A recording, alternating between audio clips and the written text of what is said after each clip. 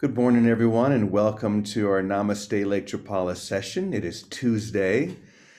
Very happy to be back with you. We were just talking a moment ago about willingness and that seed of willingness that each one of us is called to plant within us, knowing that when we do, it will immediately germinate and grow and take over everything. And Jesus called this the kingdom of God, the mustard seed.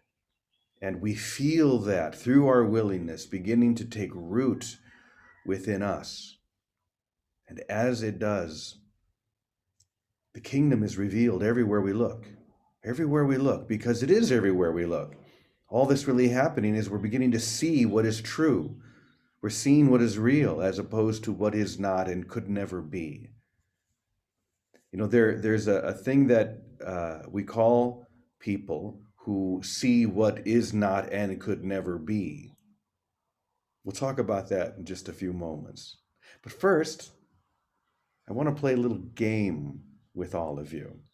Now, down in the, let me see here. I think for you guys, it's if you hit the participant button, somewhere you're going to see a place where you can actually raise your hand. There's a little button that allows you to actually raise your hand. And I believe that it would be under the participant button. So I'm gonna give you a little test. There we go. You don't need to raise your hands yet. I haven't done anything, but yes, that's exactly correct. We're going to actually play a little game, and the game is going to be to see who can guess who said these words. I'm going to give you several quotes, and I'm going to be really curious to see if you can guess. Now, if you don't know, don't raise your hand because you're never going to guess. If you're just guessing, you won't get it. So only raise your hand if you feel like you know who said this. Okay, are you ready? So here's the first part of the quote. This is what this person said. Never be complete. Stop trying to be perfect. Let's evolve. To do that, we must reject the basic assumptions of civilization, especially the importance of material possessions. Anybody get it? I'm going to look out here 1 second. Nobody's raising their hand, so I don't think anyone's. Okay, Myra, who do you think said that? Ted Popper. No, I was actually looking for Ted. Ted, where are you? Unmute yourself for a moment. No, Ted did not say that. Ted, are you there? I thought I saw you earlier. I'm especially curious to see if Teddy's gonna get this because he might. He might. Okay, there is another part of the quote. Let me read that, and we'll see if anyone can figure it out from this part. This one's a little more difficult. Remember, this week is all about dropping bombs. Okay, so that's maybe a clue. So here we go. This is the same person. You are not special. You are not a beautiful or unique snowflake. You are the same decaying matter as everything else. You are the all singing, all dancing crap of the universe. All right, now, anybody get it yet? Let me see. All right, Baraka has his hand raised. Baraka, who do you think said that? Dear one?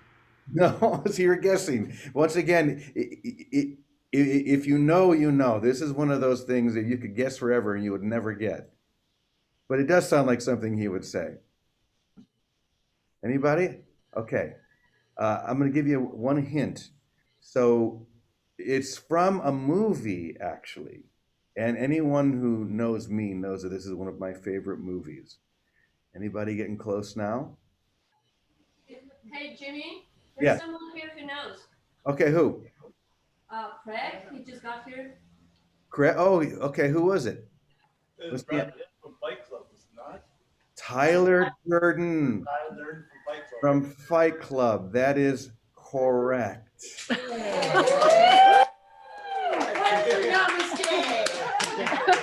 And hold on, I'm gonna go ahead and spotlight this for everyone. Raise your hand.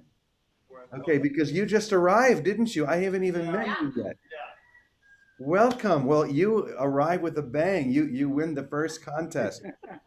That is exactly correct. Tyler Durden from, of all movies, Fight Club.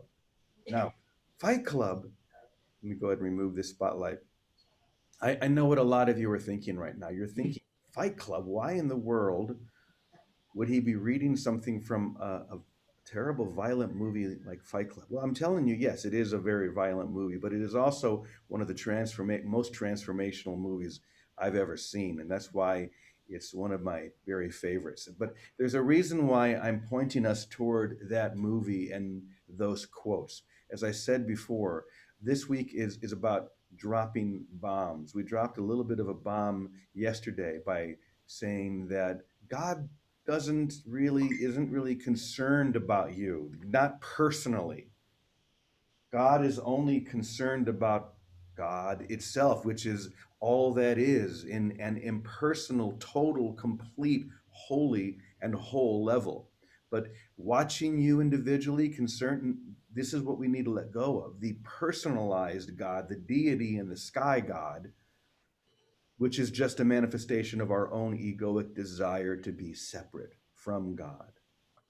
Okay, and this particular lesson today, beginning with these quotes from Tyler Durden, played by Brad Pitt, by the way, is all about us getting to the point of realizing, and this is going to be very difficult for many of us, but it's such a critical point, the point of realizing that the experience that we are in perception, in separation, you are literally insane. You are literally locked inside a kind of insane asylum. Not a tight little one with bars, but because then you would see through it too quickly. If it was too tight with bars, like an insane asylum that we would think of, you would see through it too quickly and you would immediately do whatever was necessary to become sane again. So you could be in what we'll call the real world. But this insane asylum, as I said before, the idea that you are seeing what is not there, what could never be there, and making it real, not in a whole sense, but in your mind, making it real. This is what we all do. This is what we all see. And for any person, the beginning of returning to sanity is what?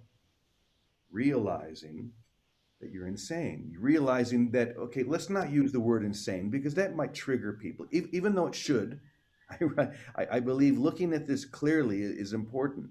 But let's just say that you're not in your right mind. You're in your split mind, where once again, you are seeing what is not real. You are seeing what is not there. And the first beginning step of seeing what is true, seeing what is whole, experiencing the real world is to realize and to admit that this experience that I seem to be in is an insane world. It is not real. It never has been, never could be, because it is based upon rules that are not so. That I am separate, that I'm vulnerable, that I'm an individual, that I think that there's this God in the sky somewhere who's looking down upon me in a personal way. It doesn't happen. And this is why I think that this second quote by Tyler Durden is so interesting. It's a little difficult, maybe not the language you would choose, but when he says, you are not special, you are not a beautiful or unique snowflake. You are the same decaying flesh as everything else. You see where he's going with this? You are, this is the best one, you are the all singing, all dancing crap of the world. I was actually laying in my bathtub last night and this all came to me and I thought, do I dare? Do I dare share a Tyler Durden quote from the movie Fight Club with this holy group? And the answer is yes, of course I dare. Because it's important for us to look at this. You know, every day here I do an hour-long meditation where I'm in this very tight little space And I take 8 steps one way, 8 steps another way, 8 steps one way, 8 steps the other way for an hour chanting. And what is going through my mind almost the entire time is more than anything else I want to see. I want to realize what is true. I admit that what I am seeing is not really there, is not really there. So I'm seeing something, experiencing something that is not. I only want one thing, and I have the complete willingness to see this, what is true, to see what I can only see through the eyes of God. So let's go a little bit deeper with this. And I don't always read from A Course in Miracles because I know not everyone here is a Course in Miracles student. But last night after I took my bath and was thinking about this, I found the most perfect quote that helps to describe and land what I'm trying to open up for us here. So this comes from chapter 13, which is, this section is called The Two Emotions. I've slightly adapted it, but this is from A Course in Miracles. Now think about this in relation to what we just described. Each one of us people our world with figures from our individual past. And it is because of this that private worlds do not, or the private worlds do seem to differ. Hold on, someone got unmuted. Let me mute here. There we go. Let me read that again. Each one of us people our world with figures from our individual past. And it is because of this, it is because of peopling our world with others from our individual past, and seeing only that, by the way, only what we once saw. This is the reason that private worlds seem to differ. Okay? This is why you can look at someone who has, let's say, I'm not going to use any names, but let's say someone who supported a different political candidate. This is why you look at people who supported that individual candidate and you think, how in the world could someone possibly think that? How could anyone think that that was a good idea? And I don't really care what side you're coming at that from, because we don't understand, because each individual has populated their world with figures from their individual past. They're not seeing what is really there, in other words. They're seeing only the past. Let's move on. Here's where it gets interesting. The insane relate to an insane world through the strange and shadowy figures of their individual past. Once again, the insane, or you and me and everyone in perception, relate to an insane world through the strange and shadowy figures of their individual past. For you will see only those who remind you of these past images. You will see only those who remind you of these past images, and it is only to them that you relate. You only relate to the past. Thus do you communicate with those who are not really there. This whole sentence started off with the words, the insane relate to an insane world. And then if we put the end, the insane relate to an insane world by communicating with those who are not really there. Do you see how clear this is? Now, this is not an attack upon any of us. This is simply a call to realize where you are in your mind. If you are populating your world with only figures from your individual past, and you're not seeing anyone who is really there, this is what we are calling to be insane, because you're trying to make real what could never be real. And once again, the first step into releasing that is to realize that that's what you're doing, and then to have a single desire to see only what is real, to know that you are in heaven right now. You're not really in an insane asylum, you're in heaven. You put yourself there in your mind to avoid realizing that you're in heaven for whatever reason. I don't know why we would do that. That in itself is insane. Okay, let's go on a little further. Projection makes perception. We've said that before. And you cannot see beyond it. What you attack is not in anyone else. Its only reality is in your own mind. What you attack is really in your own mind. And by attacking others, you are literally attacking what is not there. You're shadow boxing. When I was a kid, my father, in teaching me how to fight, here we go back to fighting, said, what you need to do is you need to, let's put this bright light on you so you can see your shadow against the wall, and just practice by boxing with your shadow. And that's what we all do. We're boxing with the shadows of our past, thinking that they're real, but they are not. One more little bit here. The delusional can be very destructive, for they do not recognize that they have condemned but themselves.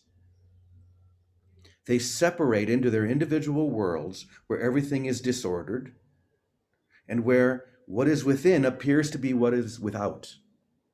Where what is within appears to be without. Yet, what is within they do not see, for they cannot recognize what is real. When you do not realize that you are seeing an insane world, literally, then you are not able to see or realize what it is you are seeing, or what could be seen instead. That you could be seeing a universe that is whole, holy, perfect, and complete, and that everyone in it is the same. Whole, perfect, and complete. But like as I walk back and forth 2 or 3 miles every single day, 7 steps back and forth, the only thing in my mind is I want to see. I want to know where I really am, not where I imagine I am. I want to know and to experience that I am in heaven. And this is the same as saying, I realize now that in seeing what is not really there, that I am insane. But healing only comes from that single desire to see what is truly there. Once again, this is one of those challenging lessons, but we have to look at this. If you turn away and say, he doesn't know what he's talking about, fine, you can do that. But you're going to stay in this world where you are never going to see what is real for another 5 or 10 or 500 lifetimes. I don't know what it's going to take. Or you can choose right now.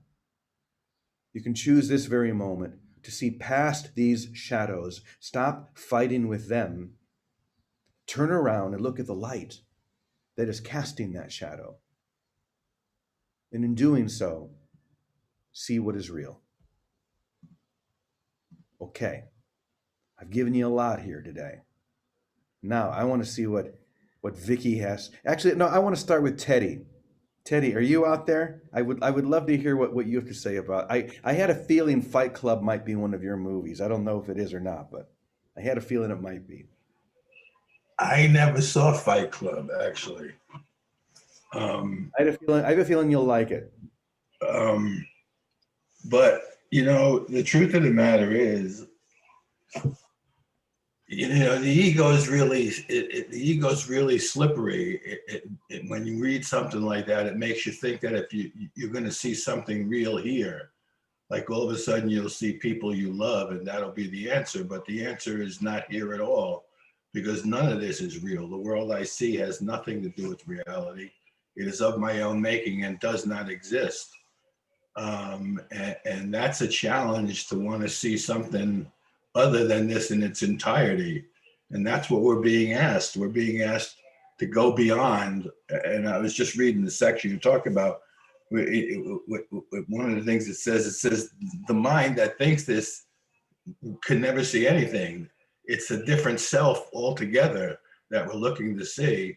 And that self does not exist in this world at all. It is not in our body. It is not our mind that we think is our body. It is a mind that's beyond this world in its entirety. And there's got to be some sort of bridge between here and there. And we call that bridge forgiveness, but it's forgiveness in a total sense. It's not forgiveness of a person in the world so that we could see him as a nice guy here. It's forgiveness of our false vision in its entirety in order to show us what's real, not what's merely an illusion of a world or an illusion of love. Even here, Jesus would say the love that we experience here is a pale reflection of the love that we are in reality. And at some point in time, there's got to be a desire, the idea of like, I hate this world. I hate this world. It says it in the Course someplace. I hate the world because the world is the block to the entirety of our willingness to see what's true, what's whole, and what's perfect. And that does not exist in the illusion in any regard. We can get glimpses in our mind that free us from the illusion for a second, but then we need to use that glimpse as a comparison to the entirety of this world. And that's what we're being offered. That's the return to reality. Return to reality doesn't happen in any regard here. The memory of the return can be what we experience. But this world was over a long, long time ago. In fact, it never existed at all. That makes it tough. Yeah. There's a word that we throw around here sometimes that I want to just throw back into the ring, and that is uncompromising. Now, you said that we have to hate the world. I've always found that a challenging word, hate. But all the great mystics, St. Francis, for example, used to say the exact same thing. He used to say, you must just despise the world. And I always thought, well, do we have to despise it? Do we have to hate it? Isn't that too strong? Well, in a way, we have to reject it. Maybe for me, we reject it by choosing what is whole. We choose what is real and decide that there's nothing here in the world of separation that is ever going to give that to me. So whatever word you choose doesn't matter. But the uncompromising choice is what is required. Now, many of you may be listening to this and watching this and saying, "Come on, really? Do I have to really do that?" Yeah. If this is what you want, if you truly want to see, if you really want to experience wholeness, if you want to know yourself in heaven right now, yes, this is what you must do. And you have to be uncompromising with it. Now, we do that through willingness. We can't just immediately be there, but at least to be willing to see that this is, as Teddy was saying, to be willing to see this. This is the first step. The Holy Spirit will do the rest for you. But you have to be willing to let all of this go in order to see what is real and what is whole. Vicky, are you out there? Did you want to say something else, Teddy? Yeah, I just read something that somebody posted on the board. We were cut off from our soul power connection on this planet. It's not this planet, it's the world I see. It's the entirety of everything we see. There is no planet that's real. There's no solar system that's real. There's no galaxy that's real. There is no sky that's real. We're cut off from the power of our soul simply because we think there's power somewhere other than our soul, and our soul exists in a place. Our soul is the place in which God, the power of God, exists. That's the last line of the prayer that you say. And his power abides in us. That's the difference. None of this is real. Everybody tries to make this a better place. A better place is an effect of the healing of our mind. It doesn't make the place real. Oh, I know some of you are just loving this lesson and some of you are hating it, and that's good. I love that. I love that this is a challenging lesson, but we need to be uncompromising with it. And now we're going to hear the voice of one who can bring it all right back to Vicky. Thank you. Thank you, Teddy. Thank you, Jimmy. So what the healing of our mind is that I'm discovering still every single day is the end of my projecting. That's the word Jesus uses. The world I see is not reality. It is of my own making and does not exist. That's what you quoted, Teddy, because it's the grand projection. The nature of our mind has to project or extend, has to keep giving of itself. And when we project from the belief in self-will, from the split of thinking that we are separate from God, we project out hateful things from mild to wild. They may seem lovely for a little while, but they end up being dead and old because they're still coming from a thought of death, which is the thought of separation. The healing of our mind is when we no longer, even here in time, live and use our mind to project from the split, but go through the forgiveness process that brings us to the mind that is in us, that is our right mind, our Christ mind, our holy mind.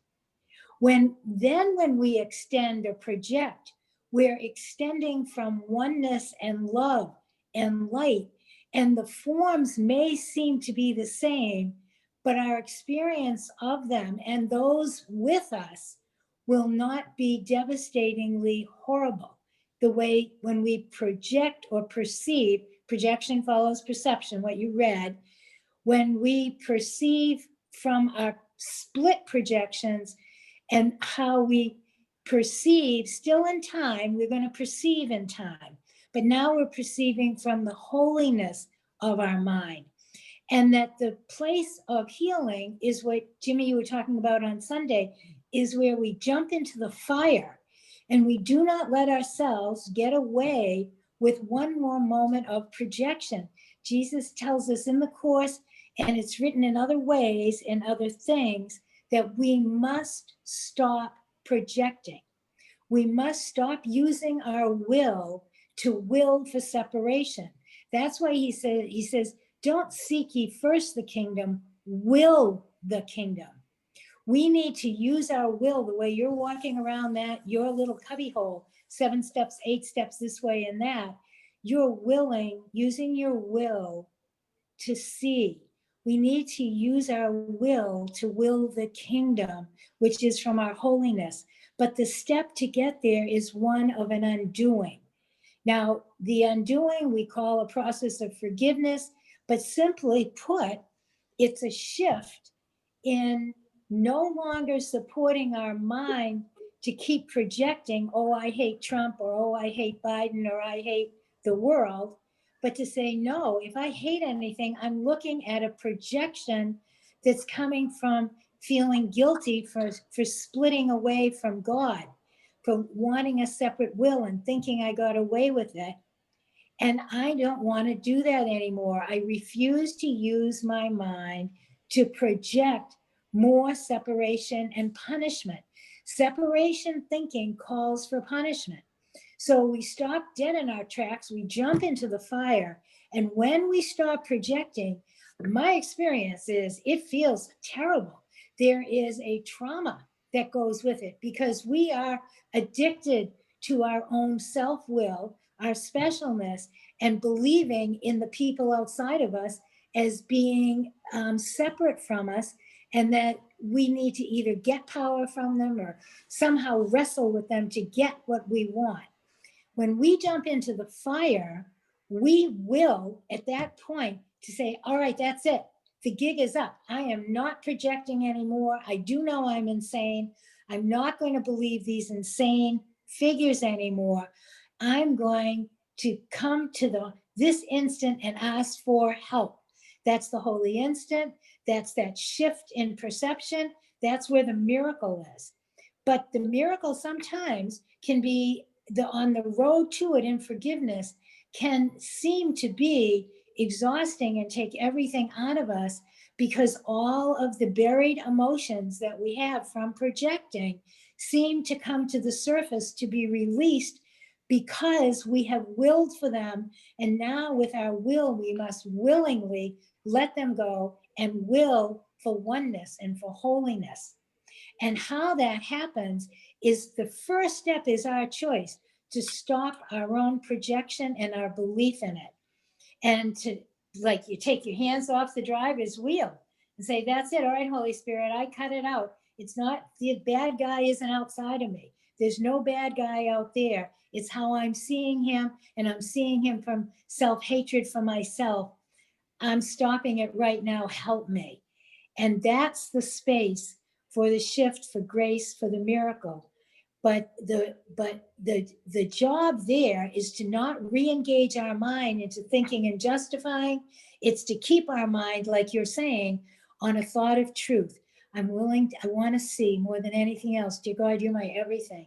I'm not going to use my mind to justify those old projections and sustain them and nurture them. I'm going to cut that out. And I'm going to feel this fire for a moment. And it may feel like I'm being killed and I'm dead, but I'm going to come to life through it because I'm tired of hurting myself, and I'm coming to this inner altar of holiness and what life is. There you have it. Wow.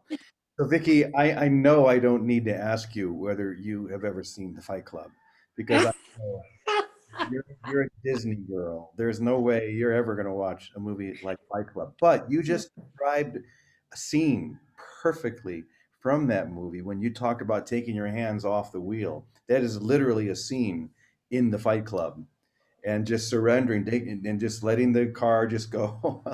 I won't tell you what happens, but the greatest trauma that we're ever going to experience is when we release the world that we think we see.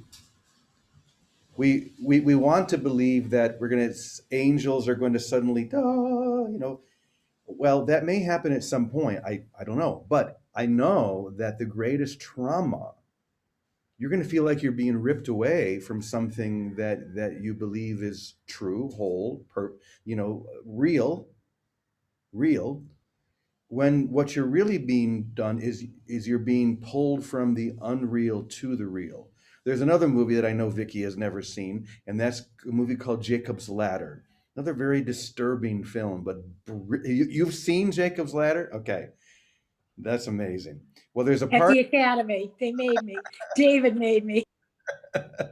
there's a part in there, I won't ruin the end, but he keeps seeing all these crazy figures that shake, and they're like demons. And there's a chiropractor who says to him, sometimes the demons that we perceive are really angels trying to pull us away from this world. Angel, but we see them as demons because they seem to be pulling us away from what we love. But you can't love what is not real. You can only love what is true, what is whole. So this is a very challenging lesson, but it's really the only lesson. Okay, when you come down to it, this is really the only thing that there is. But we can't do this on our own because the insane can't heal themselves. The insane can only be healed when they begin by realizing there is something more that I want beyond this world, and seeking only that, asking for help, asking for guidance, asking for the intervention of the Holy Spirit, which leads us into the real world.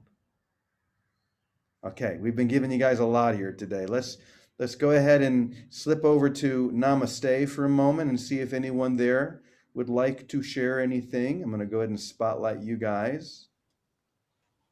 Okay. Let me have it. Anybody want to share anything? How about you, Christina? You've got your mask off, which means there's something to share. I've made it through my 2 weeks. So keep Oh, me yay.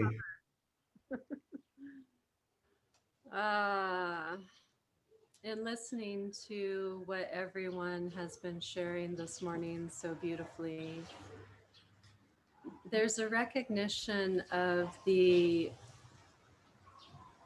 gift and the necessity of being really brutally honest with oneself.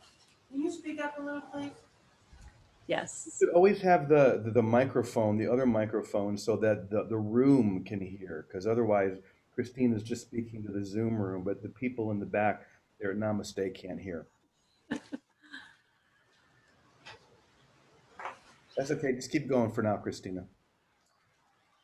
So if I I hear all the time, and we all go through this process of recognizing conceptually the truth. I say, I know this is real. I recognize the truth of this truth. And yet, I'm not choosing to live by it. Yeah. And that's where the honesty is so important, because it's not enough to just recognize that I am insane and so is every other human mind on the planet. We have to choose to turn away from that insanity. My kingdom is not of this world. The thoughts, the beliefs, the projections, everything I perceive through these eyes is not real. It's not the kingdom. It's not God consciousness. The kingdom is within. In the experience here, what I have found is that when I consciously turn my attention away from what is in this world, the thoughts, the feelings, the beliefs, the projections, even the thought that I am the one who wants to awaken, I am the one who wants to see what is real. I am not that one. I am the one who sees all. I am the awareness that is aware of the one who wants to wake up. And until I turn my attention there, I will never know who I really am. To simplify, I'd like to invite an experience today. Let's simplify it into 3 words. 3 words today for contemplative meditation to continue to come back to. Awareness, attention, and focus. I am the awareness. Where I focus my attention becomes my experience. If I am focusing my attention upon the awareness that sees all, I experience myself as the awareness. I am the one who is conscious of my own consciousness. If I choose to put my attention, my focus on the one who wants to wake up, the one who wants to see what's real, I miss the opportunity to recognize that I am the one who is watching it all. Yes. Awareness, attention, and focus. I place my focus and I guide the attention to focus on myself as the awareness. And in this experience, as that happens, I don't consciously see through my human eyes anymore. As I speak, as I rest from within, my attention is within. It's resting in the current of peace within me. As I rest in that, the words come out from that space. As I rest in that, the sight, the things that I see in this world are seen from that place. They are not focused on the details, but seeing what is real, it feels as if there is the experience of seeing what is real through the heart. seeing what is real not through the eyes. Simultaneously, I watch the sunrise. I'm seeing it with the eyes, yet I'm seeing it through the heart. And the only way to know that is if I give my attention to recognizing that I am the awareness itself. My kingdom is not of this world.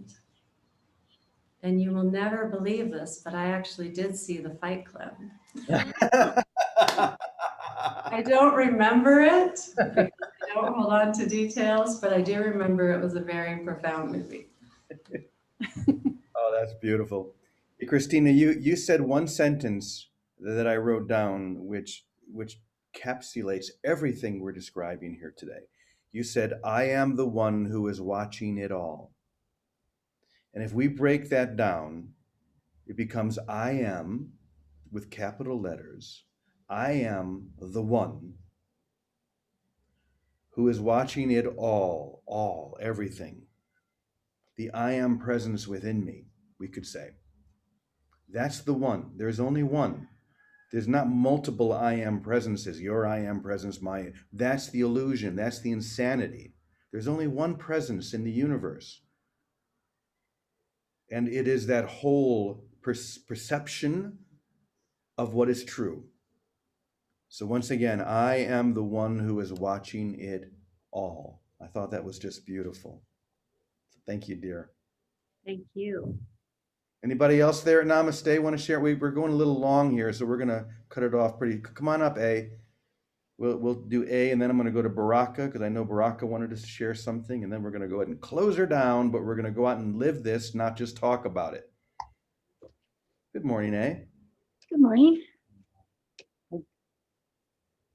Great, just when I have a long story to tell, but I'll make it short. It's a practical example of looking at things from above and through my perception, my misperception, let's call it. So the other day, my body almost suffered terminal killing because this car was trying to kill me. And it was very sudden, and I ended up collapsed on the ground. I could touch the car, it was that close, but I didn't get hurt, just a little bruised and shaken up. And I saw this all happening. And at first, the physical brutality of it was shaking my